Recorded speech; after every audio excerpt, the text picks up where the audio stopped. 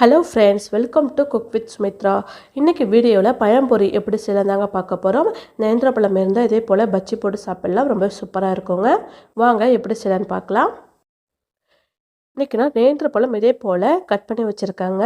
நான் ஒரு பழத்தை ரெண்டாக கட் பண்ணிவிட்டு அதை 4 கட் பண்ணி வச்சுக்கிறேங்க. இதே போல் கட் பண்ணி வச்சுக்கலாம். ஒரு பாத்திரத்தில் 2 கப் மைதா மாவு சேர்த்துக்கோங்க. இது கூடவே 4 ஸ்பூன் அரிசி மாவு சேர்த்துக்கோங்க. இது கூடவே இட்லி மாவு சேர்த்துக்கோங்க. இட்லி மாவு சேர்க்கும் பொழுது கிறிஸ்பியாக வருங்க. 3 ஸ்பூன் அளவுக்கு இட்லி மாவு சேர்த்துக்கோங்க. 2 ஸ்பூன் ஜீனி சேர்த்துக்கோங்க.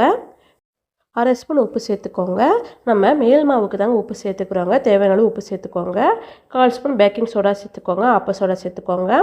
1/4 ஸ்பூன் மஞ்சள் தூள் சேர்த்துட்டு நல்லா கட்டிகள் இல்லாமல் கலந்து விட்டுக்கோங்க.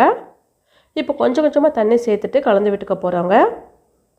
பஜ்ஜி மாவு பதத்துக்கு நம்ம கலந்துக்கலாம். தோசை மாவை விட திக்காக இருக்கணுங்க. ஒரே டைமில் தண்ணி சேர்த்துறாதீங்க. கொஞ்சம் கொஞ்சமாக தண்ணி சேர்த்துட்டு நல்லா கலந்து விட்டுக்கோங்க. நல்லா கட்டிகள் இல்லாமல் நல்லா கலந்து விட்டுக்கோங்க.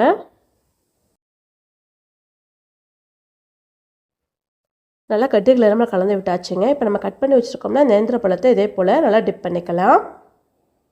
நல்லா மாவுலாம் நல்லா மேலே படுற மாதிரி நல்லா டிப் பண்ணிவிட்டு நம்ம எண்ணெயில் போட்டு பொரித்து எடுக்க வேண்டியதாங்க. இப்போ பொரிக்கிறதுக்கு தேவையான அளவு எண்ணெய் நல்லா சூடு பண்ணி வச்சுக்கோங்க. கட் பண்ண நேந்திர பழத்தை இதே போல் மாவில் சேர்த்துக்கோங்க. எண்ணெயில் சேர்த்த பிறகு மிதமான தீயில வச்சு வேக விடுங்க. உடனே திருப்பி விட்டுறாதீங்க. ஒரு 2 நிமிஷம் வேக விட்ட பிறகு திருப்பி போடுங்க. இதே போல் திருப்பி போட்டு வேக விட்டுக்கோங்க. நல்ல ஒரு கலர் மாதிரி வந்ததும் நம்ம எடுத்துக்கலாங்க.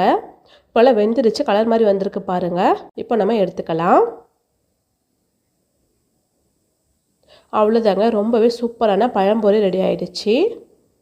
நேந்திரப்பழ பஜ்ஜி இதே போல் நீங்களும் செஞ்சு பாருங்கள்.